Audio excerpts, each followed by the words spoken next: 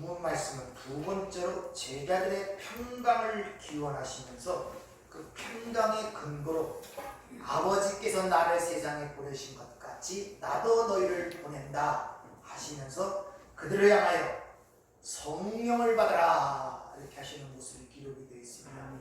오늘 오전에 말씀드린 것처럼 평강을 기원하면서 그 평강의 길로 못 박힌 손과 창에 찌는 옆구리를 그들에게 보여주시죠.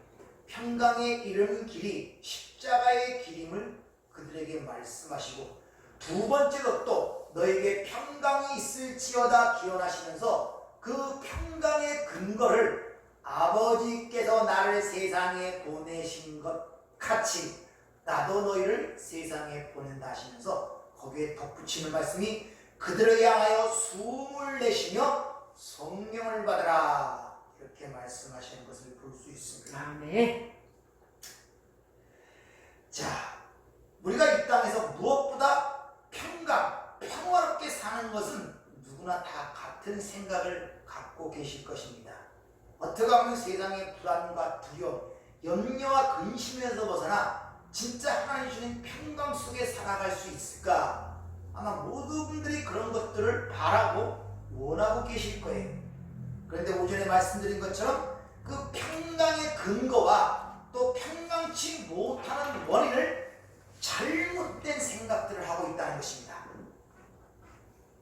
그것은 내가 가난해서 그런 것이고, 병들어서 그런 것이고, 또 못 배워서 그런 것이고, 어떤 인기와 소유와 어떤 명예 같은 것을 갖지 못했기 때문에 내가 평강하지 못하고 불안하고 두렵다는 스스로 판단하고 진단을 해갖고 또 스스로 거기에 대한 처방을 내리기를, 그러니까 그런 것들을 내가 열심히 추구하여 노력하여 그걸 내가 소유한다면 나에게 곧 두려움이 사라지고 평강이 임할 것이라는 잘못된 생각들을 하고 있단 말입니다.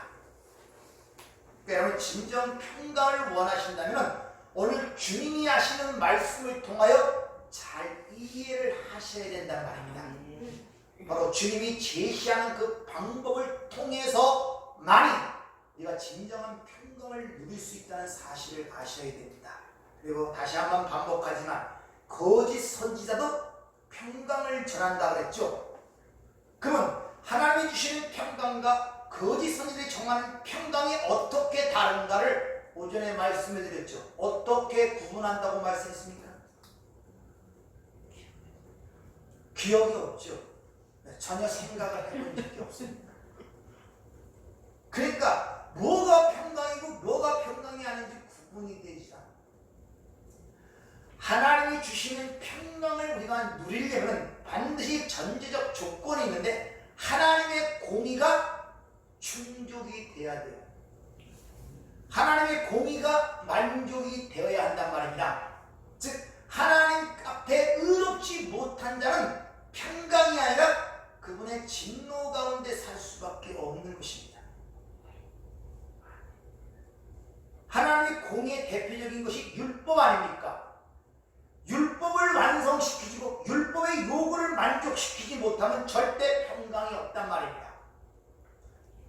그래서 인간이 평강을 누리려면 하나님의 공의를 만족시켜야 돼요. 근데 우리는 그걸 만족시키지 못하기 때문에 하나님께서 그 아들을 이 땅에 죄 있는 육신의 모양으로 보내 율법의 요구, 디카이수마, 율법의 의로움을 만족해 하셨다고요. 그래서 주님께서 평강을 제시하는 방법으로 십자가의 길을 제자들에게 내시는 거예요. 따라서 예수님의 십자가의 길을 진정으로 이해하고 깨닫지 못하면 절대적으로 하나님의 평강을 누리지를 못합니다. 왜? 인간의 근본적 두려움의 뿌리는 어디에 있다? 죽음에서 온 거예요. 죽음은 뭘로부터 기원한다? 죄로부터. 죄와 사망을 해결하지 않고 절대 그 두려움에서 벗어날 수가 없습니다. 근데 그 문제를 누가 해결해 주십니까? 예수님의 십자가의 죽으심과 부활을 통하여 해결하십니다. 아멘. 자, 그럼 우리가 보내심을 받았다는 그 사실이 어떻게 평강의 근거가 될 수 있는가를 알아야 될 거 아닙니까? 예수님은 하나님께서 보내신 분이 맞죠. 네. 하나님께서 이 땅에 보내신 것은 어떤 일을 하라고 보내셨습니다. 그래서 우리가 배우는 요한복음의 1장에 바로 그 하나님께서 보낸 예수가 하나님의 말씀이라 그러죠. 하나님의 말씀. 그 태초부터 하나님과 함께 계셨다고 말씀하시면서 무엇보다 1장 3절을 보면 만물이 그로 말미암아 지은 바 됐으니 그가 없이 된 것이 하나도 없다고 그러죠. 창조자로 창조할 때에 계셨다는 것입니다. 그러니까 하나님께서 그 아들을 이 땅에 보내신 것은 어떤 창조를 완성하기 위해 이 땅에 보내셨다는 거예요. 그래서 창세기 1장에 있는 첫 창조의 그 모든 이야기가 요한복음 1장 1절부터 3절에 요약이 되어 있습니다. 그리고 그 창조자가 1장 14절에 보면 말씀이 육신이 되어 우리 가운데 거하셨다, 이렇게 얘기하는 것을 볼 수 있죠. 즉 예수님은 하나님께서 이 땅에 보내셔서 그 창조의 사역을 완성하도록 보내셨다는 거예요. 그래서 시편 33편 6절에 보면 그 내용을 이렇게 얘기합니다. 여호와의 말씀으로 하늘이 지은 바 되었으며 그 만상을 그의 입김으로 이루었도다. 그가 바닷물을 모아 무더기같이 쌓으시며 깊은 물을 곳간에 두시도다. 온 땅은 여호와를 두려워하며 세상의 모든 거민들을 그를 경외할지어다. 그가 말씀하심에 이루어졌으며 명령하심에 견고히 섰도다. 이렇게 이야기를 합니다. 즉 예수님께서는 하나님의 말씀으로 이 땅에 보내셔서 새로운 새 창조의 역사를 완성하도록 보내셨다, 이런 말이에요. 그것을 십자가상에서 돌아가시기 전에 다 이루었다고 돌아가신 거 아닙니까? 근데 그 다 이루었다가 바로 샬롬이라 완성된 상태. 자, 그런 방식으로 예수님이 이 땅에 오셨듯이 너희도 내가 그렇게 세상에 보낸다, 이렇게 이야기를 합니다. 아버지께서 나를 보내신 것까지. 그러면 이걸 똑같은 거라고, 아버지가 예수, 하나님의 말씀이신 예수를 이 땅에 보내서 새 창조의 완성을 위해 보내셨다, 이런 말 아닙니까? 그럼 우리도 똑같이 그 새 창조를 위해서 우리가 세상에 보내졌다는 말과 같은 말이란 말입니다.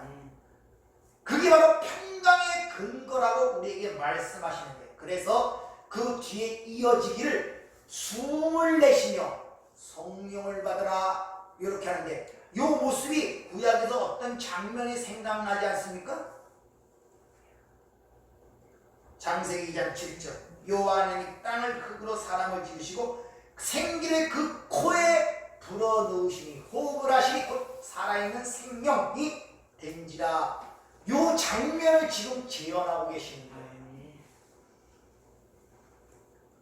그래서 거기서 숨을 내쉬고 또 말씀하시고 다 과거형이구나. 성령을 받으라, 그것도 과거형으로 얘기해요. 지금 말씀하시면서 그것이 이미 과거에 이루어졌음을 지금 우리에게 일러주고 있다는 것입니다.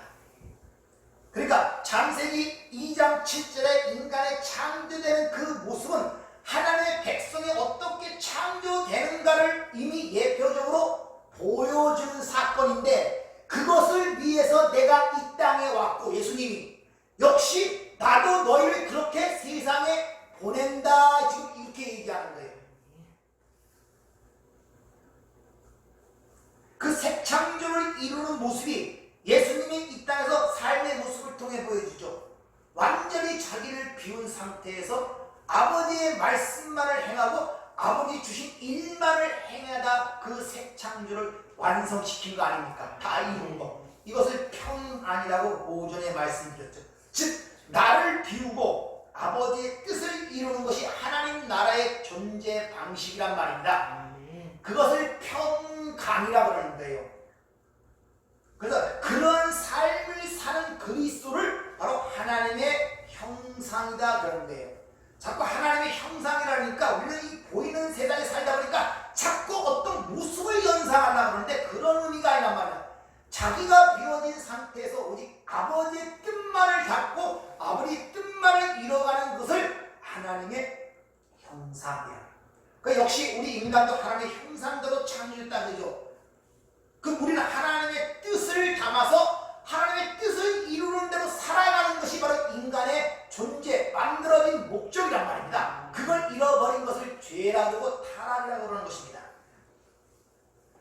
그런 상태를 창세기 2장의 첫 창조 때 인간이 창조되는 모습을 주님이 그 제자들에게 재현을 하시는 거예요. 그들을 향하여 숨을 내쉬며 성령을 받아라. 사람이 완성이 되는 거예요. 그것이 평강의 근거라는 것입니다. 따라서 지금 하나님께서 이 새로운 새하늘과 새 땅을 완성시키는 동역자로 우리를 보내시는 거란 말입니다. 그것이 여러분이 지금 우리가 이 땅에 존재하는 이유예요. 다른 것은 여기에 존재할 이유가 없습니다. 근데 우리는 그쪽에 신경을 쓰지 못하고 세상 것에 신경을 쓰니까 평강이 없는 것입니다. 계속 보이는 것들에 의하여 휘둘리고 감정에 의하여 휘둘리고. 그래서 요한복음 17장 18절에 보면 주님의 기도하는 모습 속에서도 아버지께서 나를 세상에 보내신 것 같이 나도 저희를 세상에 보내었으니 저희를 진리로 거룩하게 하옵소서. 이렇게 기도하는 모습이 거기에 드러나는 것입니다. 자, 그럼 예수님께서 아버지에 의하여 세상에 보내신 것 같이 우리도 세상에 주님께서 보내셨다고 하죠. 제일 먼저 그러면 어디로 보내심을 받았겠습니까?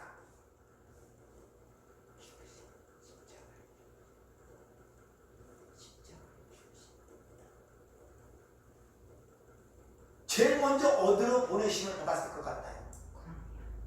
네? 이런 질문들을 하면 전혀 이 생각이 안 드는 이유는 뭐냐? 가장 중요한 나에 대한 관심이 없어요. 제일 먼저 여러분 안으로 여러분이 보내심을 받은 거예요. 주님에 의하여 새로 창조된 하나님의 백성, 하나님 새 사람이 보내진 곳은 여러분 안, 옛사람 안으로 보내졌다는 사실을 아셔야 됩니다. 제일 먼저 우리 안으로 보냄을 받은 거예요. 아시겠습니까?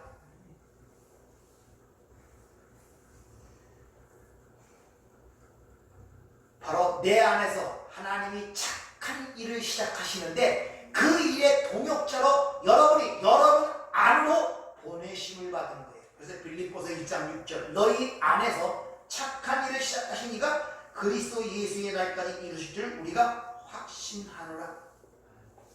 그래서 마태복음 10장에 보면 10장 5절에 보면 예수께서 이 12 제자를 내보내시며 명하여 주시되 이방인의 길로도 가지 말고 사마리아인의 골로도 가지 말고 오히려 이스라엘 집에 잃어버린 양에게로 가라. 즉 남이 아닌 먼저 너희 자신을 보란 말입니다.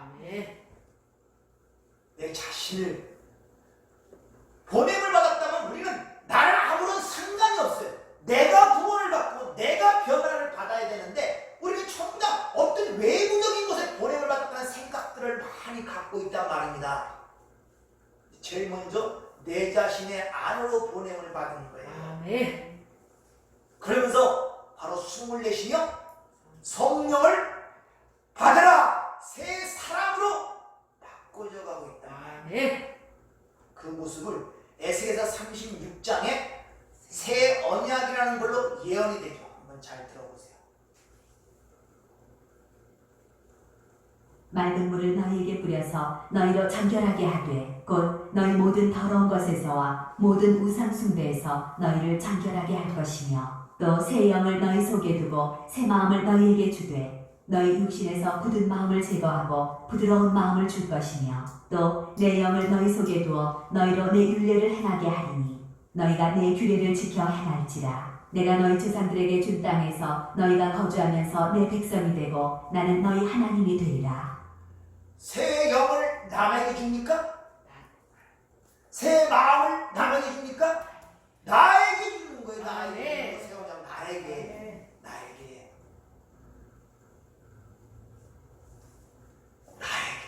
나에게. 제일 먼저 어디로 보내심을 받는다? 나에게. 네. 하나님 내 안에 착한 시작하시는데 그 일은 하나님이 강권적으로 혼자서 하시는 것이 아니라 나와 동역을 이루어서 나를 바꿔가시는 거예요. 그게 첫 번째 보내심이란 말입니다. 그래서 새 마음을 주고 새 영을 주고 새 지식을 준다. 그리고 내 영을 너희 안에 부어 얘기하는 것입니다. 그래서 에스겔서 36장 새 언약 다음에 나온 것이 어떻게 그 일이 이루어지는가를 보여주기 위해서 환상 속에 보이죠. 마른 뼈의 환상이 나오는 거예요. 그 이스라엘 백성들의 모습을 어떻게 그리고 있냐. 이 뼈 저 뼈 들어맞아 뼈들이 연결되고 뼈에 힘줄이 생기고 살이 오르고 그 위에 가죽이 덮이나 그러나 그 안에 생기가 없더라 이렇게 얘기해요. 근데 말씀을 대하여 생기가 그 안에 들어가자 그것들이 살아서 일어나는데 큰 군대더라 이렇게 얘기해요. 이 예언이 BC 600년 전 얘기입니다. 그러니까 지금으로부터 2600년 전에 예언된 얘기예요. 근데 어떻게 인간의 해부학이 이대로 드러날 수가 있습니까? 여기 인간이 만들어진 과정이 이 뼈 저 뼈가 맞히고 힘줄이 붙고 살이 덮이고 가죽이 덮이고 생기가 들어가요. 근데 우리의 죽음을 보면 똑같은 반대 방향으로 일어납니다. 제일 먼저 맨 마지막에 주어진 생기가 호흡이 떠나가요. 오래 돌던 피가 먼저 굳어집니다. 가죽이 썩고 또 살이 썩고 나중에 근육, 신경이 예를 들어 근육이 썩어버리면 뼈들이 흩어져 버려요. 그래서 무덤 같은 거 보면은 뼈들이 다 흩어져 버려 있죠. 왜? 그걸 연결하던 힘줄과 근육줄이 다 썩었기 때문에 그 2600년 전에 의사도 아닌 사람들이 어떻게 이런 이야기를 알고 지금 의학하고도 똑같은 이런 지식들이 성경에 기록되어 있겠냐 말입니다. 하나님의 성령의 은혜가 아니면은 감동이 안 되십니까? 이런 얘기를 들으면은 어떻게 지금부터 2000년 그 안타까운 시대에 무슨 해부학이 발달해갖고 이렇게 자세하게 이런 것들을 기록하여 오늘로 와서도 너무 정확하고 너무 명확하게 만들어놨다는데 속들이 감동이 안 솟습니까? 성경 말씀이 있다 보면 진짜 성령의 감동하심을 받은 사람들이 기록한 하나님의 말씀을 부인할 수가 없어요.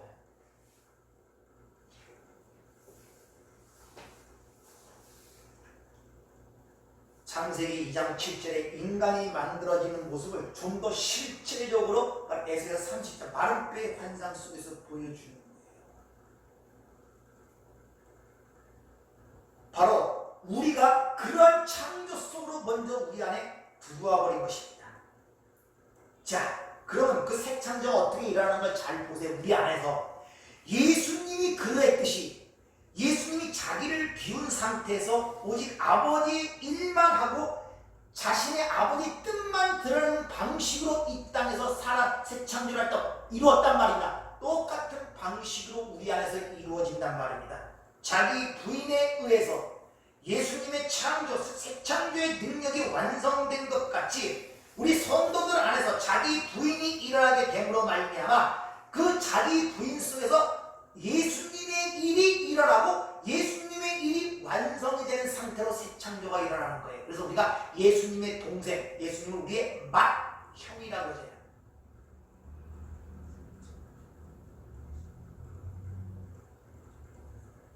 어떻게 새 창조가 일어난다고요? 여러분 안에서 예수님이 어떻게 새 창조를 완성하셨다고요? 자기를 부인하고 완전히 비운 상태에서 아버지가 명령하신 것을 행했고 오직 아버지만을 사랑한 것, 아버지 뜻만을 담겨 아버지 일만을 나타낸 것을 완성이라 그러는 것입니다. 이와 같은 똑같은 방법으로 우리 안에서 일어나게 되어 있단 말입니다. 그러니까 자기가 부인된 상태에서 우리는 예수님의 형상이 드러나는 것이 새 창조란 말입니다.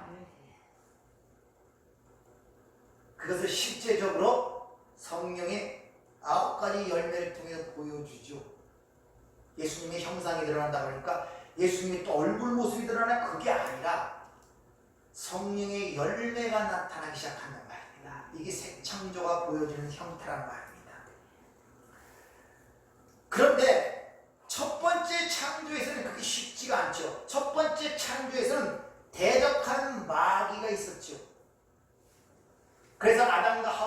왜곡시켜?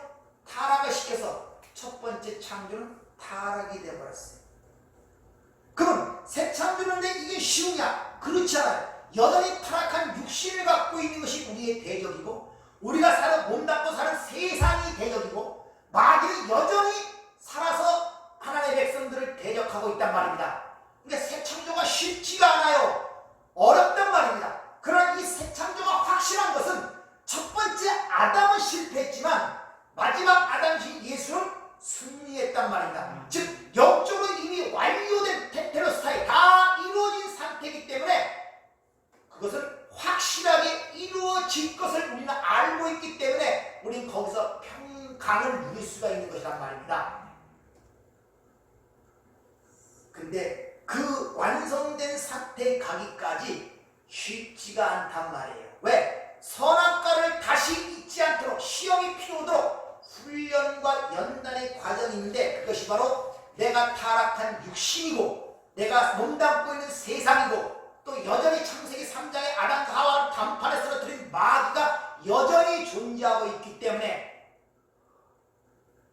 실패하고 실수하고 넘어지고 하는 경우들이 많이 있지만, 그러나 이미 이게 영적으로 완료된 상태이기 때문에 역사적 현실 속에서 절대 실패할 수가 없다는 그 사실에 우리는 마음의 평강을 누릴 수가 있는 것입니다. 아멘. 믿습니까? 아멘. 그래서 요한계시록 마지막 22장에 표현하죠.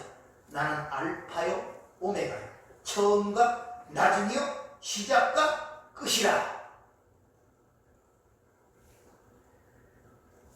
그럼 두 번째는 어디로 보내심을 받느냐? 첫 번째는 내 안에, 두 번째는 어디로 보내심을 받겠습니까? 세상으로 나가 증인이 되는 삶으로서 살아가라고 이제 보내심을 받는 것입니다. 네. 즉 자신들이 어떻게 구원을 받았으며 어떻게 살아남게 되었는지를 아는 성도는 그 구원에도 십자가의 도를 전해야 된다 말입니다. 아멘. 여러분 어떻게 살아났는가? 내가 어떻게 구원받았는가를 진료로 이해하고 깨닫는다면 여러분이 그것을 세상을 향하여 그 십자가의 도를 전해야 된단 말입니다. 아멘. 그래서 주님이 승천해 성령이 너에게 임하시면 아멘. 네가 구원을 받고 그리고 땅 끝까지 내 진리로 밖으로 또 그 복음을 증가하는 대로 우리가 보내심을 받았다. 아멘. 여러분의 삶의 현장이 바로 보내심을 받은 현장이라고. 아멘. 근데 거기서 내가 왜 힘을 쓰지 못해? 내가 먼저 나에게 보내심을 받아 내가 새 사람으로 창조됐음을 내가 인지를 못하는 거예요. 우리의 삶을 가만히 살펴보면 제일 관심이 많은 사람이 나이면서도 제일 관심을, 진짜 관심을 갖지 못하는 게 나예요. 아시겠습니까? 나에게 제일 관심이 많습니다. 내 행복, 내 건강, 내 마음의 상태. 근데 진짜 그렇게 관심을 가져야 할 자신을 생각지 않아요. 그래서 무릇 지킬 만한 것보다 내 마음을 지키라고 그렇게 이야기를 하고 있는 것입니다. 아멘. 우리가 어떤 자격이 있어서 구원을 받은 것도 아니고 우리가 열심과 노력에 의해서 구원받은 것도 아닙니다. 오직 하나님의 은혜에 의해서 구원받았음을 믿으십니까? 아멘. 그럼 여러분의 삶에 어떤 자격이 되지 않거나 실족하거나 어떤 잘못된 것에 그 구원이 취소될 수 있습니까? 없습니다. 거기서 평강이 오지 않습니까? 아멘. 내가 설사 실수하더라도 넘어지더라도 원래 내 자격에 의하여 구원받은 것 같으면 내 실수와 그런 것에 의해 구원이 좌우될 수가 있죠. 그러나 그런 것에 의하여 구원받은 것이 오직 하나님의 은혜로 구원받았기 때문에 여러분의 됨됨이와 자격과는 상관없이 구원이 확실하는데 그 자체에 우리의 평강을 누릴 수가 있단 말입니다. 아멘. 있습니까? 아멘. 그리고 예수님께서 이루신 그 언약, 새 언약의 완성은 이미 영적 영원한 세계에서 완료된 상태이기 때문에 잠시 시한적인 역사 속에서 실패할 수가 없는 것입니다. 그렇기 때문에 또 우리는 평강을 누릴 수가 있는 거예요.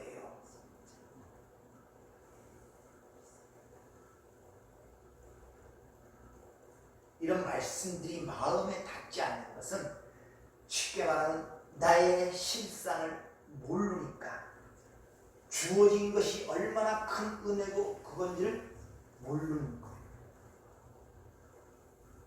자기 나는 아무리 봐도 괜찮은 사람으로 보이고 영원한 삶에 대한 인식이 자기의 죽음의 현실이라든지 썩어가는 자신의 실체라든지 이 세상의 어둠이라든지 이런 것들이 그렇게 실제적으로 보이질 않아요. 그러니까 하나님 영생을 주었다, 죄 사함을 주었다, 그런 것이 그렇게 감동적으로 다가오지 않습니다. 왜? 우리의 머리의 수준과 생각 수준은 세상의 수준이기 때문에 거기서만 생각해. 그러니까 평강이 있을지어다 해도 그렇게 다가오지 않는 이유가 바로 거기 있는 것입니다. 왜? 내가 생각하는 평강과 내가 원하는 평강과 내가 그 평강의 조건으로 생각하는 기준들이 전부 다 세상 것이란 말입니다. 그래서 평강이 있을지어다 그러면 그거보다는 돈 한 다발 주는 게 훨씬 마음에 평강이 옵니다. 우리는 잠시나마. 그러니까 마음이 그렇게 말씀이 닿지 않아요.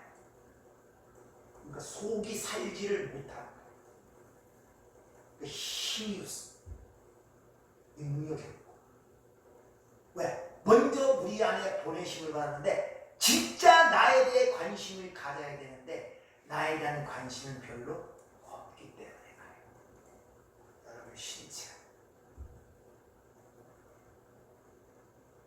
그것을 이해하게 되면 성도들은 몸으로 삶으로 살아낼 수밖에 없다는 것입니다. 그런 과정 속에서 그런 성도들의 삶과 입과 또 어떤 모습으로 증거되는 것이 그 과정을 통하여 하나님이 복음의 도구로 다른 백성들을 부르는 도구로 사용이 되는 거예요.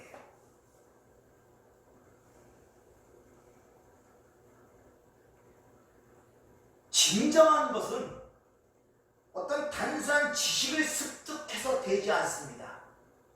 내가 보니 단순히 안다고서 되질 않아요. 그게 내가 소화가 돼서 내 삶으로 드러나야 됩니다. 소화가 돼서 나가야 됩니다. 우리가 세상에서 내가 먹는 것들은 전부 다 나를 위해 먹고 내 밖에 나가는 것들은 전부 다 배설물로 나가요. 아시겠습니까? 인간은 탐욕적이고 기본적인 이기주의적으로 나타났기 때문에 들어가는 건 전부 다 내가 다 먹고 내 밖으로 나가는 배설물만 나가요. 영양분은 내가 다 먹고. 그래서 인간이 내놓는 것은 남에게 줘야 배설물, 그를 죽이는 것밖에 되지 않는단 말이에요. 그러나 하나님이 주시는 것은 거꾸로예요. 내가 빨아먹지 못해요. 그게 자기 부인이란 말입니다. 내가 죽어요 오히려 그걸 먹으면. 근데 내 밖에 내가 죽고 나가는 그것이 남을 살리더란 말입니다. 이게 복음이에요. 그 예수가 하나님의 은혜와 성령이 그에게 들어가 말씀이 들어가 자기를 비워서 예수를 죽였더니 예수 죽은 예수에서 나오는 것들 하나님의 백성들을 살려내는 것이 십자가 아닙니까? 따라서 하나님의 말씀이 여러분들 들어가서 여러분 아무리 내 삶이 그처럼 변하지 않고 예수를 믿으라 할 수는 없어요.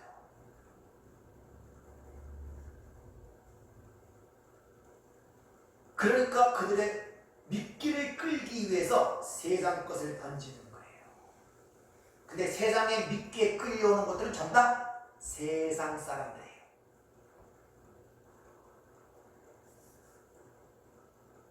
내가 삶의 평강이 없고 진리의 자유가 없고 하나님의 소망을 보이지 않는데 누구한테 예수를 믿으라고 해요? 누구한테 예수를 믿으라고 해요? 자기도 불확실한데 괜히 하는 말이죠. 그냥 말 한마디가 힘이 없는 것입니다. 불안하고 그런 삶을 통해 살면서 자신이 너 예수 믿어봐. 남이 여러분들에게 그러면 여러분 뭐라고 해요?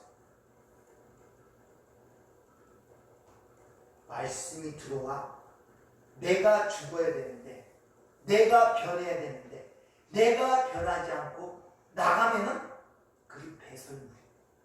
그럼 그 자체가 딴 사람을 오염시킵니다. 반드시 하나님의 말씀은 내 안에 들어오면 내가 죽게 돼 있어요. 아시겠습니까? 내가 죽게 되어 있단 말입니다. 그리고 내가 죽은 상태에서 나가는 것들은 남을 살려내기 시작합니다. 아멘.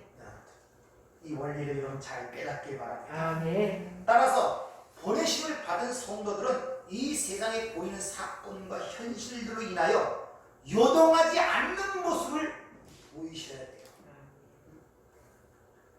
지금은 당장 변하지 않더라도 점차로 하나님이 함께 계시다면 변화된 모습으로 만들어 갈 것입니다. 잘 보세요. 코로나가 지금 2년째 오고 있는데 초창기에 지금 한 500명대 되죠. 초창기에 200명, 300명 돼도 막 난리 났습니다. 막 교회 예배도 못 드리게 하고 막 지금 500명, 600명 되는데 여러분 지금 마음 상태가 어때요? 물론 둔화된 면도 있지만 첫 번에 2, 300명 나타날 때보다 더 마음이 평안하지 않습니까? 연단을 받아서 그래요. 연단을 받아서. 처음에는 마스크 안 쓰면 꼭 죽을 것 같고 병 걸릴 것 같고 얼마나 두려움과 공포 속에 살았어. 그때 2, 300명 때예요. 지금은 5, 600명이 왔다 갔다 합니다. 그런데도 그때보다 덜 공포 속으로 연단을 받아서 세월은 그렇게 사람을 연단시키는데 하나님의 말씀은 여러분들 그렇게 연단을 시켜나가요. 그래서 선악을 지각을 훈련시켜서 지각, 분별, 선악을 분별하는 자로 만들어 나갑니다.